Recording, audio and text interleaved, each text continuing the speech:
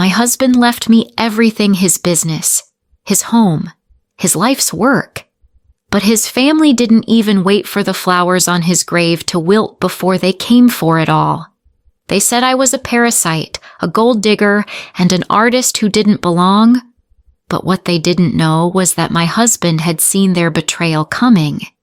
He had left me a secret weapon, and that secret weapon wasn't diamonds. It was the truth. If you've ever had family use your grief against you, comment yes below. And if you're ready to see how a woman with nothing but a broken heart and a secret notebook took on a multi-million-dollar empire, then you're in the right place. Subscribe to this channel, because here, we don't just tell stories. We fight for justice, and we prove that your greatest comeback is born from your darkest betrayal. My name is Aria Vance. I'm 35 years old. The woman who just buried the love of her life and inherited an empire. Everyone else saw the $48 million diamond business on paper, but I saw it as the legacy of the man I loved. Daniel was my everything, my husband, my mentor, my partner in a world that sparkled and glittered, but was built on a foundation of grit and hard work. I was his muse, his confidant. He was the CEO, but I was the soul of the company. We were a team, a rare and beautiful thing. 2 months. It feels like 2 lifetimes ago. The morning started with a text message that felt like a slap in the face. It was from Robert Miller, Daniel's father. His tone was as cold and sharp as the stones his family sold. Aria. The text read, "We need to discuss Daniel's affairs. Be at the law office at 9 a.m. Alone." Alone. The word hung there, heavy and menacing. It was his way of telling me this wasn't about grieving together. This was about business. Their business. I looked at the message again, my thumb hovering over the reply button. My hand was shaking. I wanted to scream, to throw my phone across the room, but I knew that would be a mistake. So I simply typed back, "I'll be there." My heart hammered against my ribs. I knew this was a trap. It felt like a trap. Every instinct told me to run. But where would I go? This wasn't just a business. It was a piece of Daniel. It was what we had built together, what we had dreamt of. Giving up wasn't an option, not for a single second. The office was a monument to old money and silent power, the kind of place where even the air felt heavy with history. As I walked in, the smell of old leather and polished wood filled my senses. Robert was sitting at the head of a long, mahogany table, a stern, unyielding expression on his face. His wife, Eleanor, sat beside him, her perfectly manicured hands resting on a large manila folder. They didn't stand up. They didn't offer me condolences. The silence was deafening, broken only by the sharp tap of Robert's finger on the table. He gestured to a chair opposite him. My stomach dropped. It felt less like a meeting and more like a court-martial. This wasn't just a family dispute. It was a cold, calculated power grab. And they weren't even pretending to care about the man who was gone. This was the moment I knew, with chilling certainty, that this would be a war. A war for a legacy they didn't understand. A war against a family I never knew could be so cruel. "Aria," Robert began, his voice flat, devoid of emotion. "You know how much Daniel loved his family. He would have wanted this business to stay in the hands of the Millers, the bloodline." He slid a stack of legal documents across the table. The words power of attorney and transfer of assets jumped out at me. My name was there, waiting for my signature. Below it, in bold, was Robert's name, with the title Sole Controlling Party. I felt a shiver run down my spine. The ink wasn't even dry. They had been waiting for this moment. They had been planning. This wasn't grief. This was a predatory strike. Eleanor spoke up, her voice a sickly sweet imitation of sympathy. "My dear, we know how hard this must be for you. You don't have to deal with this stress. We'll take care of everything." She smiled, but it didn't reach her eyes. Her gaze was as hard as a diamond. I stared at the papers, then at her. I thought about the late nights Daniel and I spent sketching designs, discussing new marketing strategies, building this empire from the ground up. I wasn't just his wife. I was his partner, and they were treating me like a naive girl they could easily manipulate. "This is not what Daniel wanted," I said, my voice steadier than I felt. Robert leaned forward, his face hardening. "You think you know what my son wanted. He wanted his legacy protected. A $48 million empire is not something an artist can handle. You'll lose it all." He said the word artist with a sneer, as if it were an insult. That was the line, the one I knew I couldn't let them cross. They had stripped me of my husband. They had invalidated my grief. But they would not erase my contributions. I took a deep breath, the cold air filling my lungs. My mind raced.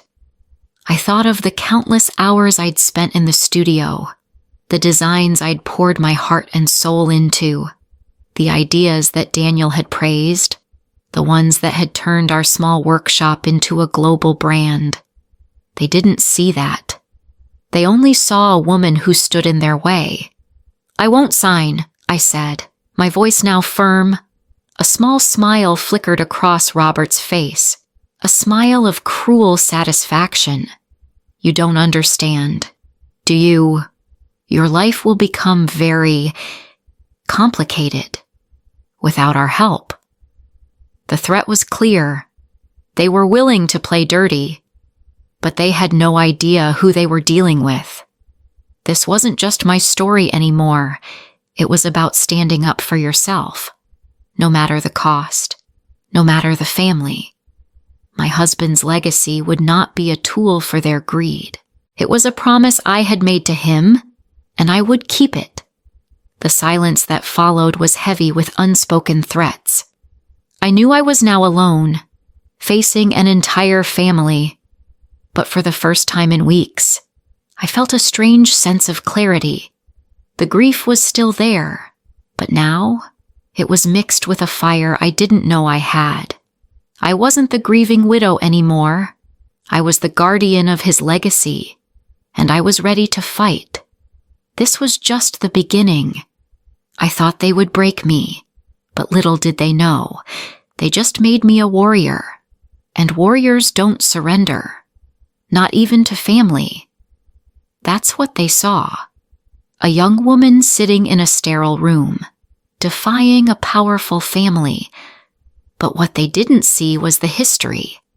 They didn't see how Daniel and I met, how our story began in a place where no one would have ever expected.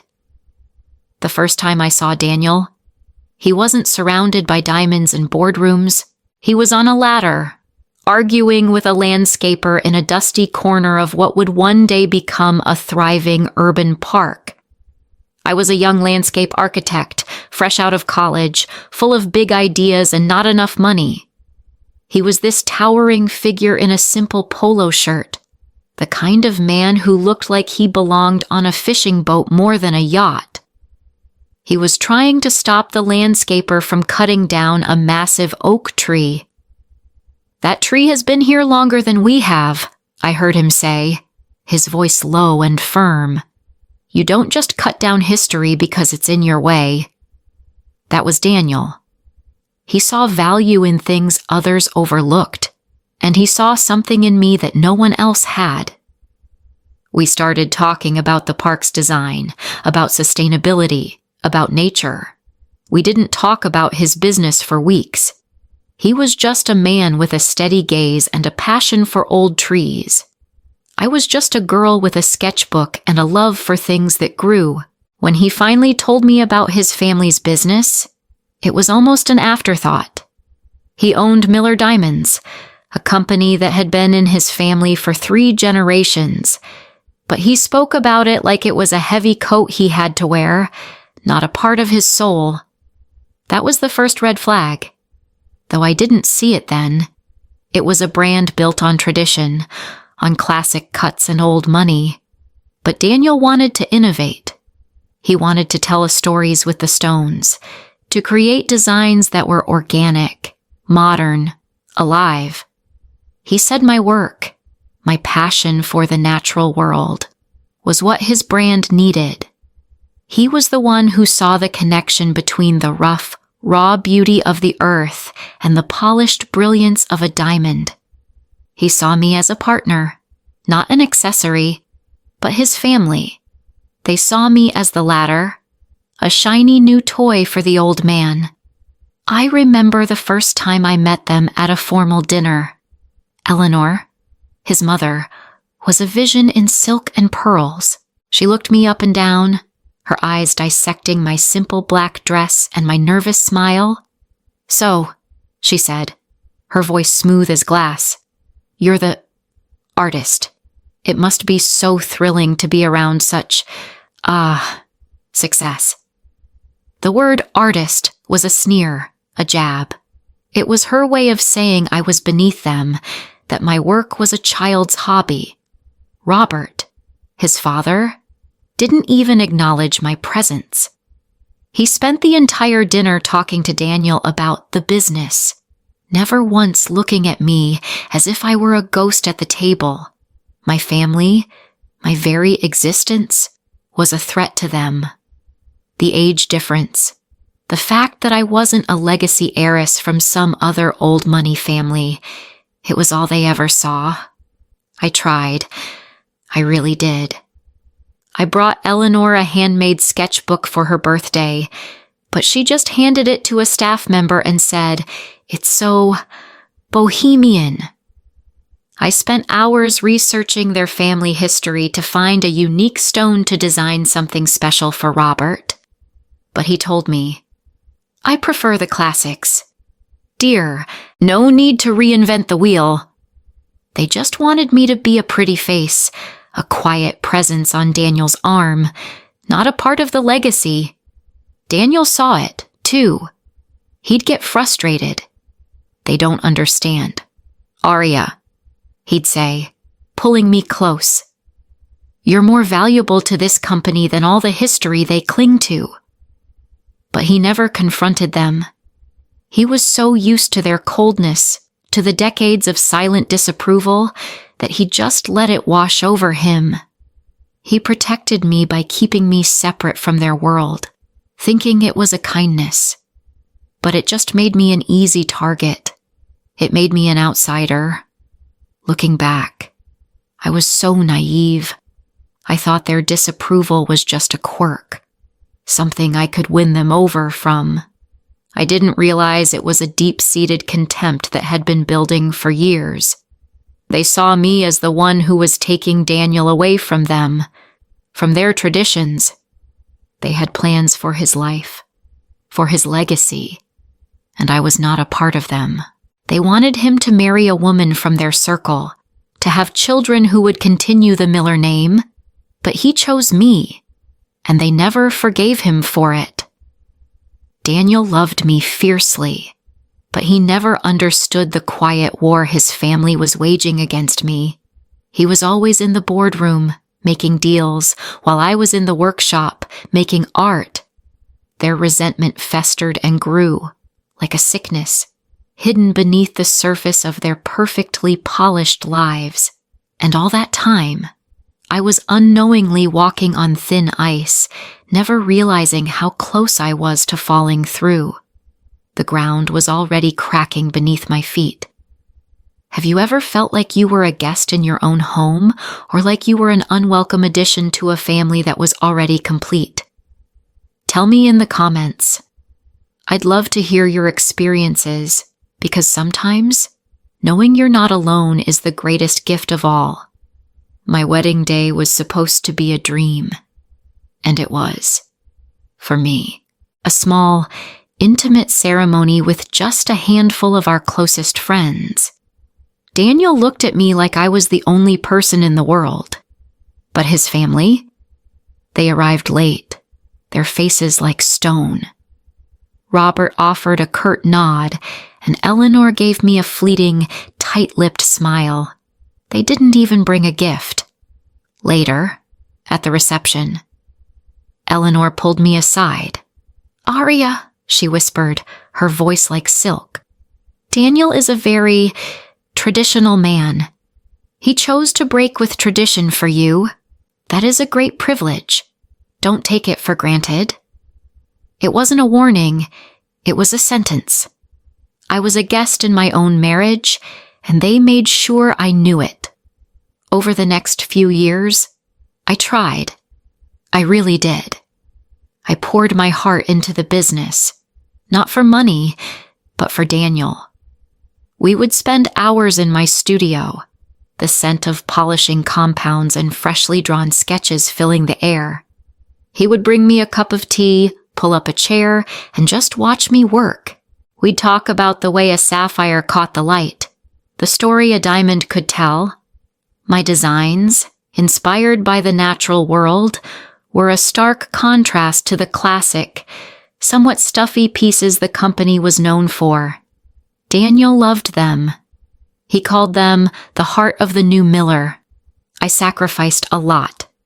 My own small business, my independent artistic career, it all faded into the background. My life became intertwined with the brand, with his vision. I handled the creative side, the branding, the modernizing of our online presence. Daniel handled the business side, the board meetings, the family politics.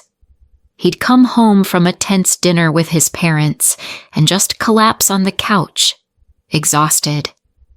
"They just don't get it." He'd sigh. "They want everything to stay the same.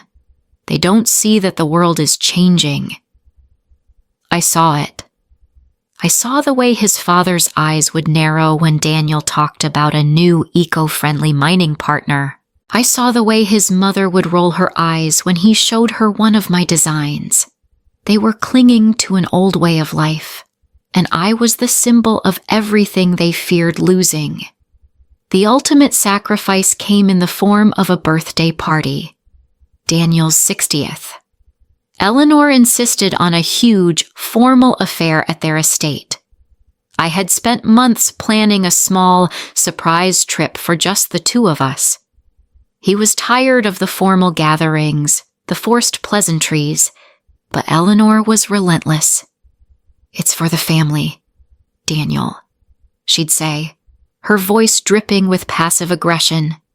"You have a legacy to uphold, a reputation." Daniel, being the quiet, non-confrontational man he was, relented. We canceled our trip. The day of the party was a blur of forced smiles and cold conversation. I saw 100 faces I didn't know, all of them sizing me up, whispering behind their hands. Daniel's mother had arranged a massive ice sculpture of a diamond in the center of the ballroom. It was supposed to be a tribute to the family's legacy, but to me, it felt like a cold, hollow representation of everything they valued. I felt a chill run through me, a premonition that something was very, very wrong. Midway through the evening, I found Daniel on the terrace, his face pale and strained. He was holding his chest. I feel a little dizzy," he said, his voice weak. I wanted to call for help, but he waved me off. "It's just the stress. Let's just go inside. I'll get a glass of water." I should have listened to my gut, but I didn't. I let him pull me back into the party, back into the suffocating atmosphere of his family's approval-seeking. I remember seeing Robert and Eleanor laughing with a group of investors, a bottle of champagne in hand. They saw Daniel come back inside, but they didn't break their conversation. They were so consumed with appearances, with the performance of wealth and success, that they completely missed the subtle signs of his distress. He was a piece of their empire, a thing to be paraded, not a person to be cared for. It was a chilling tableau. My husband, the man who had been the pillar of their world, was collapsing, and they were too busy to notice. Then, just as the band started playing a slow waltz, it happened. He crumpled to the floor, his hand still clutched at his chest. The music stopped. The laughter died. The room went silent. I knelt beside him, screaming his name, my hands shaking as I tried to feel a pulse. My own sobs were the only sound I could hear. Robert and Eleanor, just feet away, stood frozen, their faces a mask of shock and disbelief. But there was something else in their eyes, a flash of something I couldn't quite place. It wasn't grief. It was something colder, something calculating. My husband, my partner, the love of my life, was gone. And in his family's eyes, I saw not sorrow, but opportunity. I just didn't know yet how dark that opportunity would be. The entire night, my family wasn't there to help me. They were too focused on the façade. Have you ever had to face a crisis alone, while the people who should have been your support system stood by and watched? Tell me in the comments. I've learned that sometimes the greatest betrayals aren't born from hate, but from indifference. The night Daniel died was the longest night of my life. The hospital room smelled of antiseptic and regret. Robert and Eleanor sat in silence, their faces as pale and cold as marble. I tried to talk to them, to share a memory, to find some common ground in our shared grief. But they didn't want to hear it. They didn't want to see me. At one point, Eleanor looked at me with a detached, clinical expression. You know, Daniel was under a lot of stress lately. The company, the new designs, all these changes. I told him he needed to slow down. The words hit me like a physical blow. She wasn't expressing sorrow. She was casting blame, blaming me, the new designs, everything that wasn't a part of their traditional world. Thomas, my brother-in-law, was the only one who seemed to have a fleeting moment of humanity. He walked over to me, his hands in his pockets. "Aria," he said, his voice low. "I'm sorry. I really am." But then his eyes darted to his parents, and he stopped. The moment passed. He sat down and pulled out his phone, scrolling through social media. They were already moving on. They were already calculating. The funeral was a blur. 100 faces I didn't know, all of them whispering, judging. I could feel their eyes on me, the young wife, the outsider. Robert gave a eulogy that sounded more like a press release, listing all of Daniel's business accomplishments, his accolades, the growth of the company.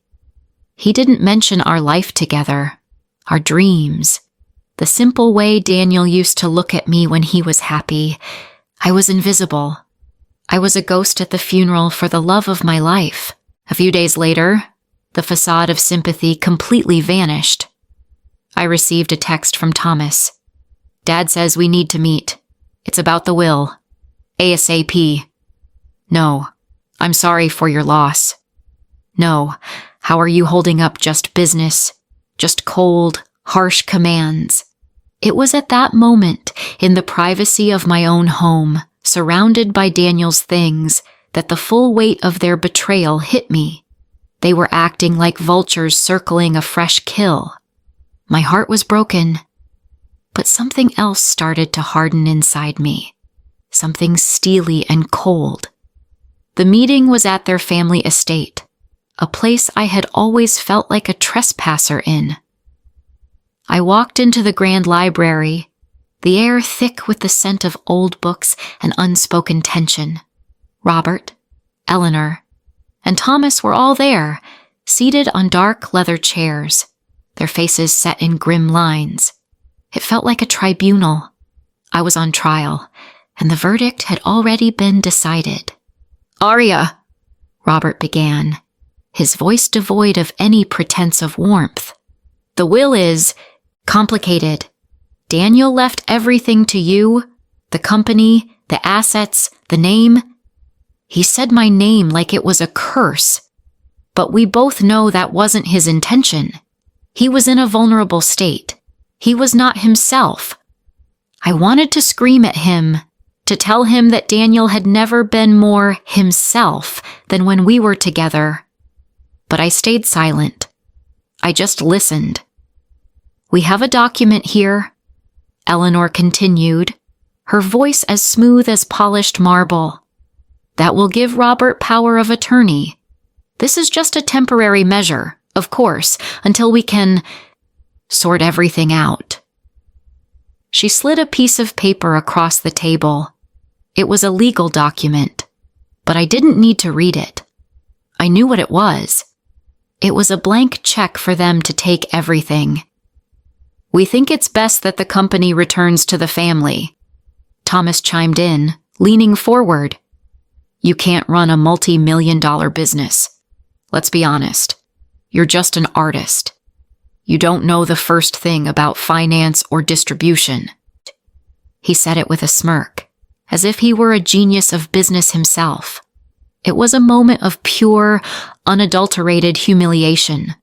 My grief, my work, my love for Daniel, it all meant nothing to them. I was just a woman in the way of their fortune. But then, a memory flashed in my mind, a memory of Daniel, sitting at my studio table, sketching a design on a scrap of paper. "They'll never understand. Arya," he had said, "but you and I, we're building a new kind of legacy, one that is unbreakable." I looked at them, at their cold, calculating faces. They were right about one thing. This wasn't just about money. This was about legacy, theirs versus ours. And I knew which one I was going to fight for. I stood up, my hands trembling. "I will not sign," I said, my voice barely above a whisper.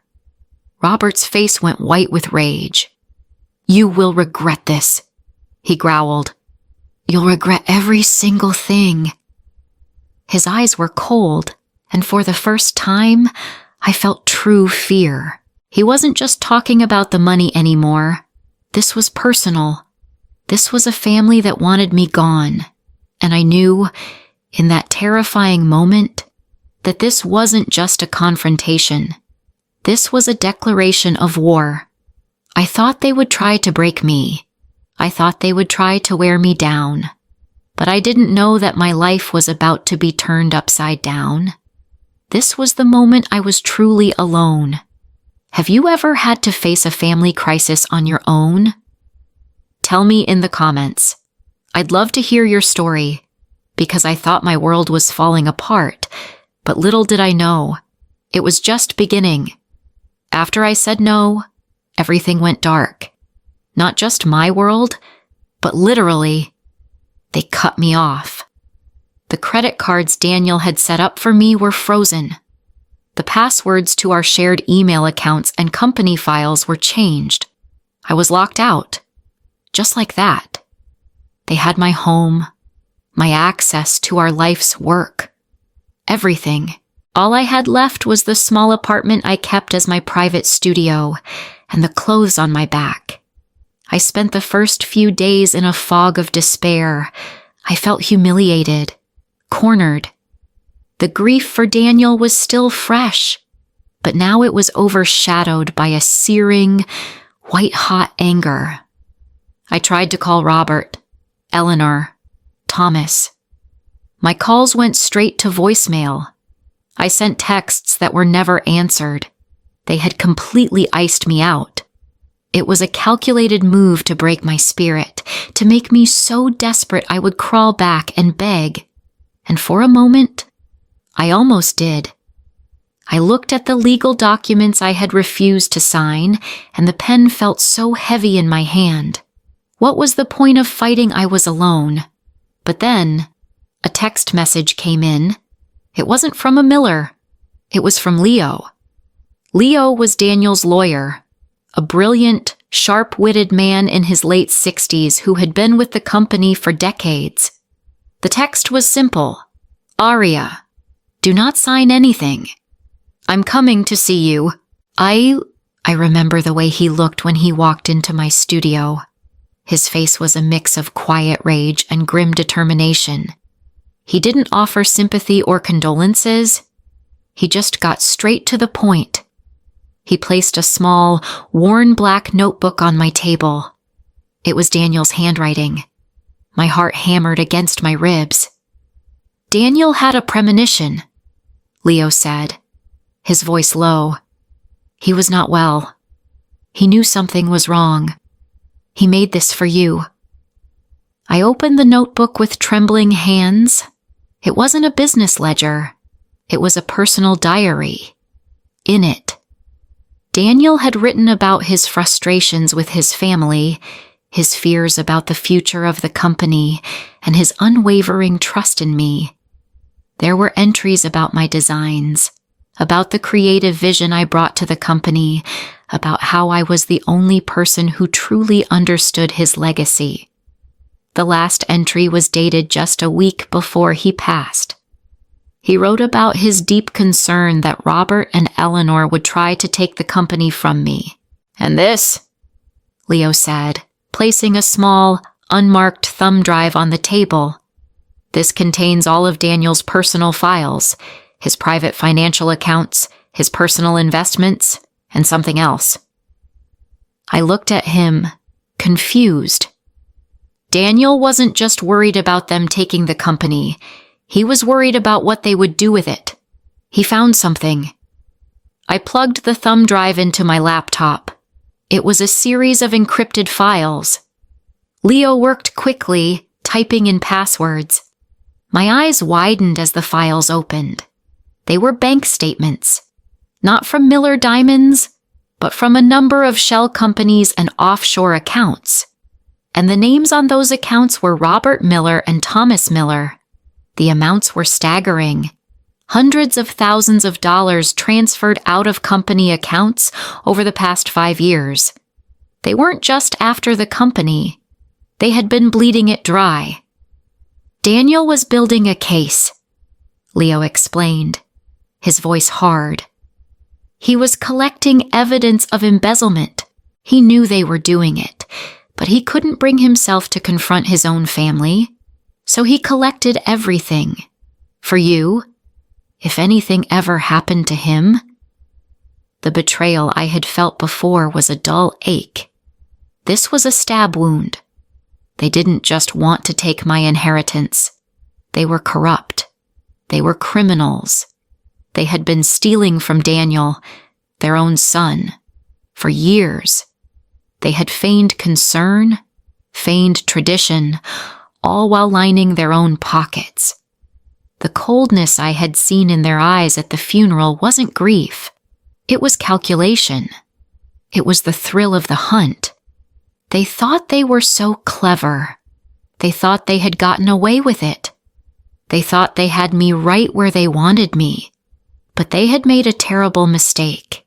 They had underestimated me, and they had underestimated Daniel. He had been preparing for this. He had left me a roadmap, a weapon. He had given me a way to fight back. I wasn't alone. I had his voice in that notebook, his evidence on that thumb drive, my grief, my pain, my anger. It all crystallized into a single, unbreakable purpose. I wasn't going to just fight for myself. I was going to fight for Daniel's legacy, for his vision, for the truth. This wasn't just a crisis. It was the moment everything changed. I had been a grieving widow. Now, I was a woman with a mission. It felt like I was standing at the edge of a cliff, looking down at a world of secrets and lies. What would you have done? Would you have walked away, or would you have jumped? Let me know in the comments. Because I knew, with a chilling certainty, that the only way out was through, and I was ready to fall and rise again. The morning of the confrontation was a different kind of quiet. Not the suffocating silence of grief, but the sharp, electric hum of anticipation. Leo and I had spent the past week building our case. We had cross-referenced every transaction, every offshore account, every hidden asset. Daniel's black book was a masterpiece of meticulous note-taking, and the thumb drive was a digital smoking gun. I was armed. I wasn't just going to get my life back. I was going to expose them for the thieves they were. The meeting was set for 9 a.m. at the Miller Diamonds headquarters. I hadn't been there since Daniel's funeral. The place felt different without him. Colder. More sterile. The giant diamond sculpture in the lobby, once a symbol of my husband's legacy, now looked like a monument to cold, hard greed. I walked in with my head held high, a black suit on, and a resolve as hard as any stone in their collection. Robert, Eleanor, and Thomas were already seated at the head of the conference table, their faces set in the familiar expressions of self-importance. They looked like they were expecting me to beg. Robert gestured to the empty chair at the end of the table. "Aria," he said, his voice dripping with condescension. "Have you come to your senses?" I didn't sit. I walked around the table and placed the black notebook and the thumb drive right in the center. "No, Robert," I said, my voice steady. "I've come to my own conclusions."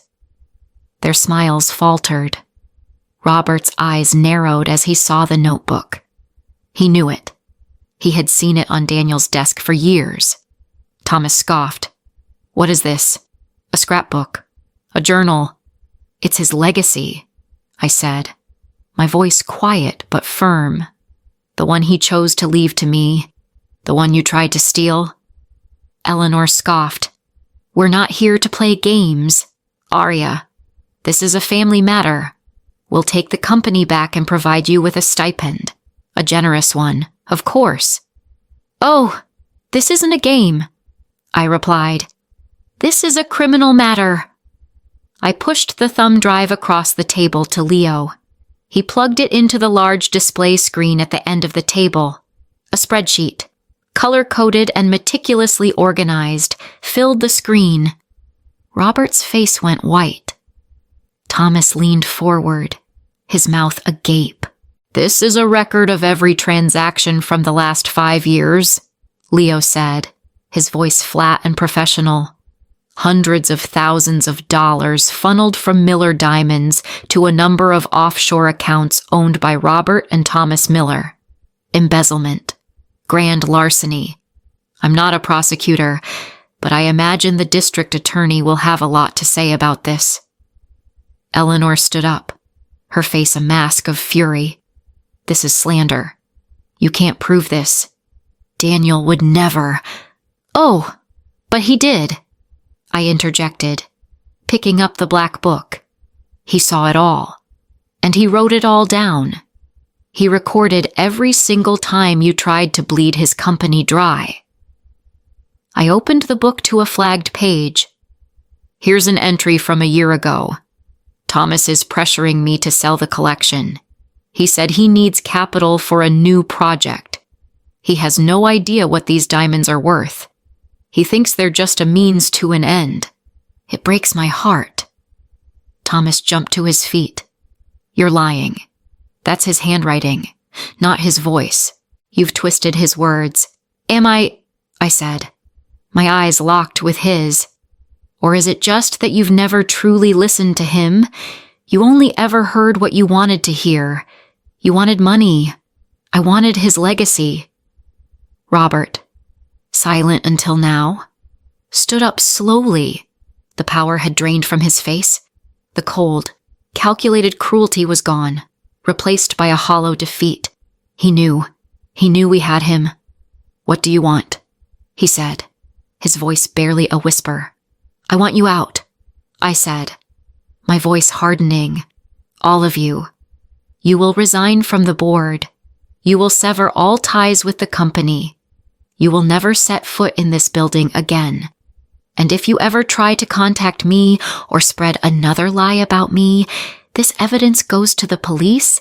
This isn't a negotiation, it's a choice." The silence in the room was deafening. Robert looked at Eleanor, a defeated man for the first time in his life.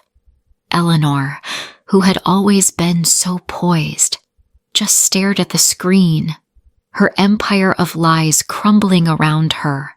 They had come to humiliate me, to strip me of everything, but I had come to take it all back. They left without a word. The door closed behind them with a finality that felt like a sentence. I was alone, but for the first time in months, I felt truly free. The relief washed over me, a tidal wave of emotion. I hadn't just won. I had healed. I had stood up for myself, for Daniel, and for the legacy we had built together. I had set a boundary so firm, it felt like an unbreakable wall. Have you ever had to stand up to someone you loved? To set a boundary you knew you couldn't cross?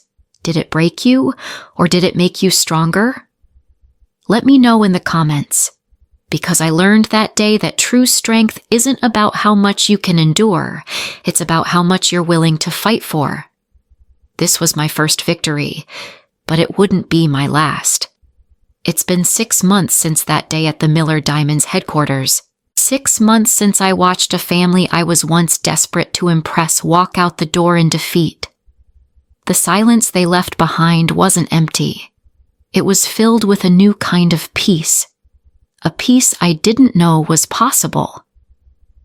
The first few weeks were a whirlwind. I worked with Leo to clean up the mess Robert and Thomas had made. The embezzlement was deeper than we initially thought. A web of lies and secret accounts. We had to make tough decisions, let go of some old partners, and restructure the entire company. Every day was a battle, but it was a fight I was proud to be in. I wasn't fighting for money anymore. I was fighting for Daniel's vision. I started spending more time in the workshop. The smell of polishing compounds, the soft glow of the cutting machine, the intricate dance of light on a perfect stone, it all felt like coming home. I designed a new collection, inspired by the natural world, just like Daniel and I had always planned. It was called the Legacy Collection. Each piece was a tribute to him, to our love, and to the strength I had found in his absence. I got a text a few months ago from Thomas. It was short, clipped, and businesslike. "Heard you're doing well. I'm starting a new venture. We could partner up.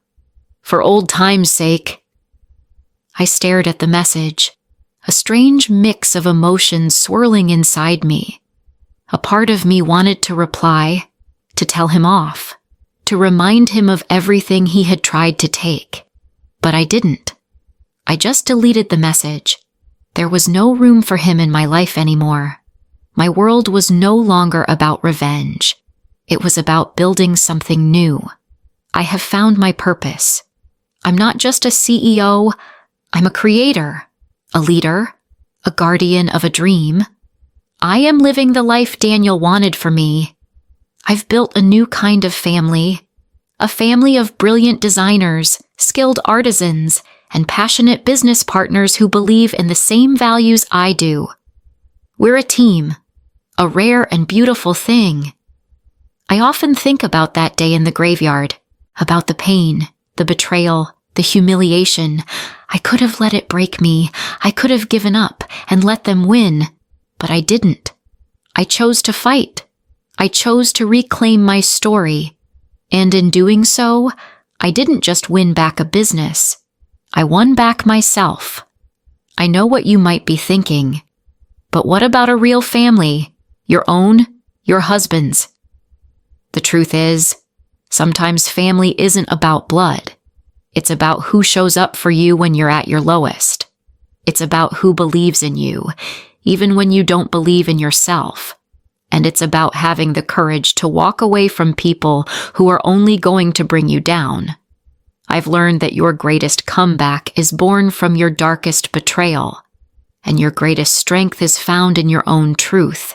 It's not about the money or the power or the title. It's about the legacy you leave behind. And the one I'm building is filled with more love, more creativity, and more honesty than any dollar amount could ever measure. If you've ever had a loved one's memory stolen, a family betrayal, or a moment where you had to stand up for yourself, I want to hear your story. Tell me what happened in the comments below. And if my journey resonated with you, and you want to see more stories like this, stories of courage, resilience, and reclaiming what's yours, then please hit that subscribe button. Because when you subscribe, you're not just joining a channel, you're joining a community that believes in fighting for what's right.